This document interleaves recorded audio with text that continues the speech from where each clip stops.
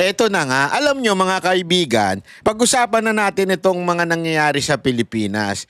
Ako kasi, to be honest, ah, hindi ako na-amaze. Sa totoo lang, medyo pasensya na ha. Alam mo naman ako, minsan iba rin ang nasa isip ko eh. Hindi ako natutuwa. Honestly hindi po ako natutuwa kasi puntirya sila ng puntirya sa mga kontraktor.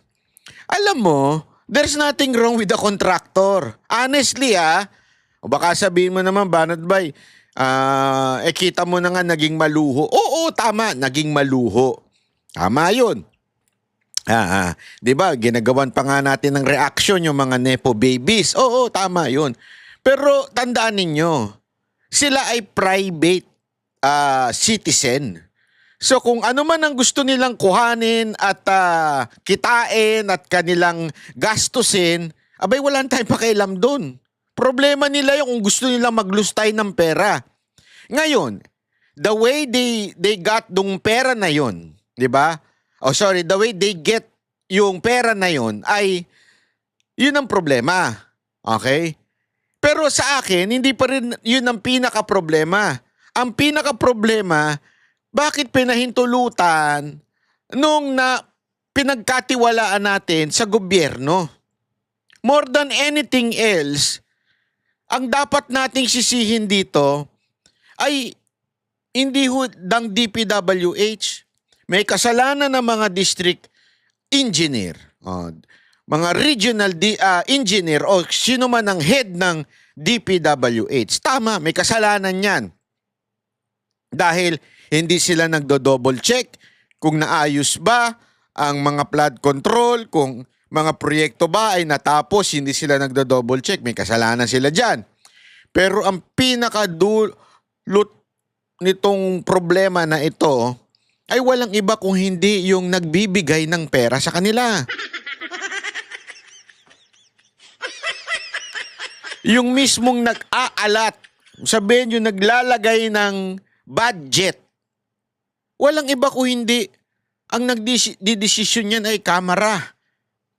Sabi nga nila, sandali, Banat Bay, bakit hindi yung Senado? Kasi ganito po yan. Okay? Papaliwanag ko lang. Paano ba dinideliberate ang budget natin? Una, nanggagaling yan sa presidente. Sa executive branch, pinag-uusapan yan ng finance manager ng executive. So, nandyan ng DBM, nandyan ng Department of Finance. So, nag-uusap-usap sila at gagawa sila ng budget. Okay. Ngayon, i-deliberate na ngayon to sa Kamara, sa Senado. May mga tatanungin, bakit ganito, bakit ganyan, ito, yung mga budget. After nun, magsasama ngayon ang Senado at ang House of Representatives o ang Kamara. Magsasama sila, ang tawag doon, BICAM. Okay. So sa BICAM, sino nandyan? O yung mga membro ng, parang piling membro ng Senado at saka ng itong Kamara.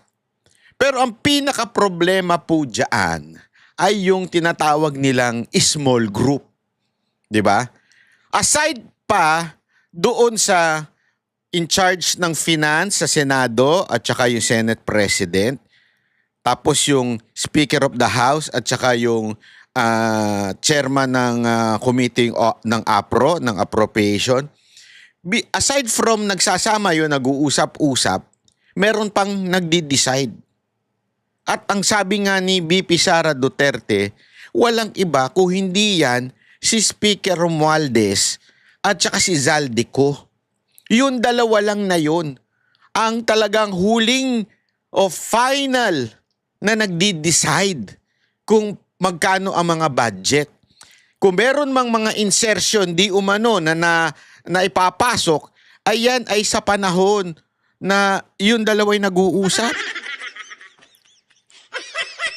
So mantakin mo pinag-usapan sa Senado, pinag-ukulan ng panahon, pinag-ukulan ng buong Congress, ng House of Representatives, tapos nag-BICAM pa, tapos eventually, yun lang din palang dalawa ang magdi-decide. Yan yung pinupunto ni VP Sara Duterte noon. Ano ginawa nila? Fake news daw, tinabla nila, bla bla bla bla bla bla. Nung nagsalita na si Tiangco, aba, biglang sumang-ayon na. Nung nagsalita na si Vico Soto, siyempre, yan ang pambato ng mga pinklawad, hindi na rin binatikos. Although, sabi ni Vico Soto, hindi naman daw siya, wala naman daw siyang kulay, pero alam natin, yan ang bata ng pinklawan. So, ang punto pa rin dito, bakit nung panahon ni VP Sara Duterte na binabatikos niya si Romualdez at si Zaldico, sinasabi ninyong fake news? Ngayon, sumusumbulat na sa mukha ninyo yung mga problema sa flood control at nare-realize na ninyo na ang punot dulo nito ay si Speaker at si Zaldico, hindi na fake news. Doon ka magtataka.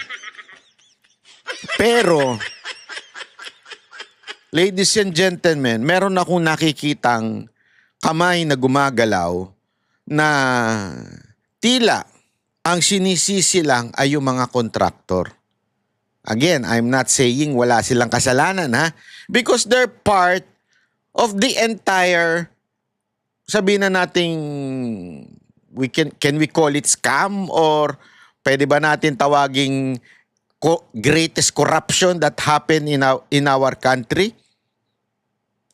Ang punto dyan, parte o kasama o sumasang-ayon itong mga kontraktor sa pangyayaring ito, o pati ang DPWH, pero remember, nag-uugat yan doon sa small committee. Yun yung problema. Yan ang pumapayag at yan ang naglalagay. O, magkano budget sa distrito na ito? Magkano dito? Magkano dyan? Sila ho ang naglalagay. So, wala namang, sorry kung talagang nanakawin.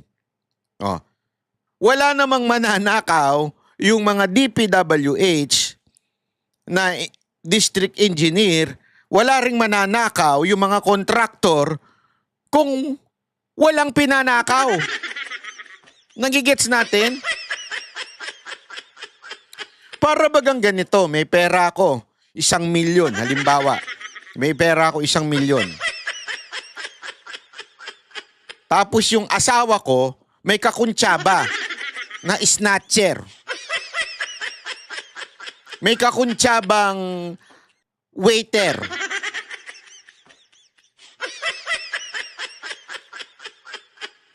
Ang gagawin yung asawa kong mukhang pera, halimbawa, ay sasabihin niya sa akin, sweetheart, iwan mo yung 1 milyon mo dyan sa mesa, ha? Tapos alika, maglampungan tayo. Pasok muna tayo sa banyo, doon tayo mag-sexy time. Pero iwan mo 1 milyon mo sa mesa. Ako naman si tanga. Halimbawa lang naman. Nagpasok kami ng banyo. Nagnyaknyakan kami doon. Iniwan ko yung 1 milyon ko. Ang kakuntsaba, yung snatcher, at saka yung waiter. Bakit? Kasi sabi ko doon sa waiter, waiter, pakibantayan tong 1 milyon ko, ha? Pero kakuntsaba na siya. So pag nawala yon, may percentage yung waiter, siyempre yung snatcher, at siyempre yung asawa kong mukhang pera. Buti na lang wala akong asawa, no? At least pwede ko example yun. Di ba? So yung asawa ko mukhang pera, kinuntsaba yung waiter tsaka yung snatcher. Sa kanya yung malaking porsyento. Pero kumita rin yung snatcher, kumita rin yung waiter. Again, may kasalanan yung snatcher, may kasalanan yung waiter dahil pinayagan niya. Pero sino talagang may kasalanan doon? Yung mastermind, yung asawa ko, na nagpaiwan sa akin at nang akit sa akin. Kaya tumigas si Manoy. Tama, mali? Parang ganyan. Yung kamera. Parang ganyan ang ginawa nila. Ala tayo ng pera dito, ala tayo ng pera dito. Tapos kung tsabahin natin yung mga DPWH. Tapos itong mga kontraktor. Ang matindi nga ngayon, eto. Hindi, babalik na si example. Ang pinakamatindi ngayon, itong asawa, ang kinuha niyang snatcher, kapatid niya. Kinuntsaba niya yung kapatid niya, oh, ikaw na ngayon ang snatcher. Di ba? So, tapos, sa kanya rin mapupunta lahat yun, yung in-snatch na yun. Pero may mas matindi pa dyan. Gusto nyo mas matindi? Ikaw na mismo yung snatcher. Anak ng tutsang kalabaw yan. Yung congressman na mismo, yung kontraktor. Gago! Sino yan? Pangalanan nyo nga dyan sa baba kung malakas sa loob ninyo. Sige nga, sige nga. Pangalanan nyo nga. Gago! Ikaw na mismo yung kontraktor. So, pag talikod mo, in-snatch mo na kagad. Hindi ka na nagbigay sa iba. Animal kang putang. Karma is ano. Kami ang boses ng masa, hindi natatakot. Katotohanan lang, di kami nalulunod. Walang bahid ng sismis, lahat ay totoo. Kahit sino ka pa, pag mali ka babanatan ka.